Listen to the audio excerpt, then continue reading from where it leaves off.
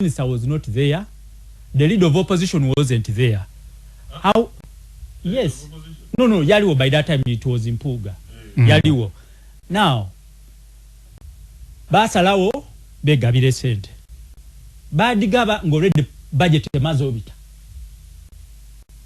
Badigaba when the financial is coming to an end. Tiwali was supplementary jabali tam parliament to pay that money. Now all these are details. Mpegano mtu wabulido atasoma mateka. Bawuliranga Mpuga ali kwida ku radio ya udisa abantu. Olokuba wachitibwa yogera ino luzungu. We can all speak very good English. But we should not take advantage of the vulnerable. Tulobe taking advantage of omuntu wa once. If it sasulo musolo ogulabirira bano ba Honorable Brandon. Yesterday, the other day when I had the Honorable Minister Kahindo Tafire, ngaliko bati abavubuka abagira bavweyo. I looked at him, I didn't take his words. Because Otafire, we are suffering partly because of their actions in DRC Congo. Tulikusasula a trillion, around 1.3 trillion. So we have what they call budget suppression. Tutusobola kukola bintu bitugasa. But nigo musolo. Aya alikuvaya aliko bati avuka mkolechi Mwekalakaasa to add on injury. OKWEEKALAKAASA. I don't support OKWEEKALAKAASA through moving to parliament. Okay. Gemera mwe now. Honorable Brandon, Chicho responding kuba critics of this government oba abawakana government n'abava bakoba nti NRM government tekoze kimala muku addressing ekibuzo kinene ino ekyobuli akeno bukenuzi. TD oidi oluzungu ndwidi kubanga ni wakabemba ndi kusaba supu kusaba mu luzungu ayi kigambo critique tenda kiringa first of all abona Uganda actually any institution kutrakwa ife mbaka tulichi bwana mukulu tomwiramu omusasere doti mwakandi misa tujaji soma samvu iwo musomesa toina mtomubuza nti father lwachi misa tusomanga sawa ina bana abantu abageza ku exercising their rights probably criticizing one they are raising a voice no kulaga ndikubamu nakola ku civil society organizations for a long time government one yali biased ngai by didn't buli kitongole kya bwana chewa kirwanisa government. There was a time I had a talk with the university students about mateka tisomanga ku mateka tigaidi nkali kufuna interest. You should pick but we bandeta ngabana bano bamaze okola submission nasoka nebuza nako what else am I supposed to say?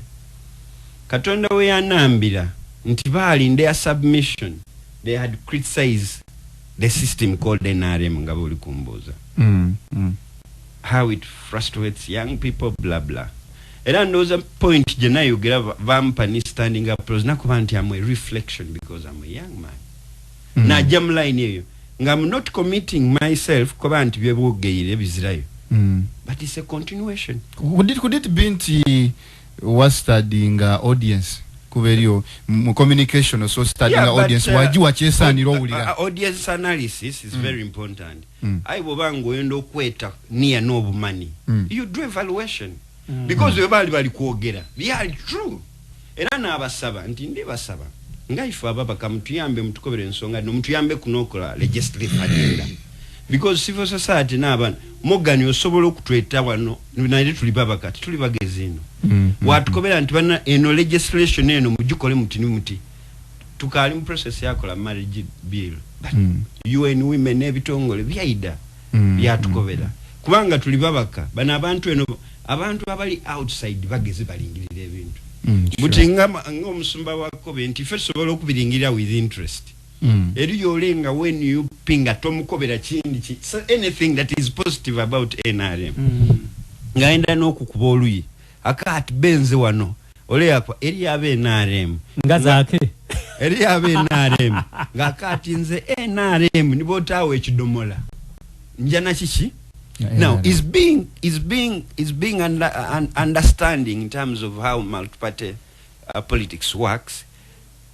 Ali protecting eyeing extensively talowooziza beyond.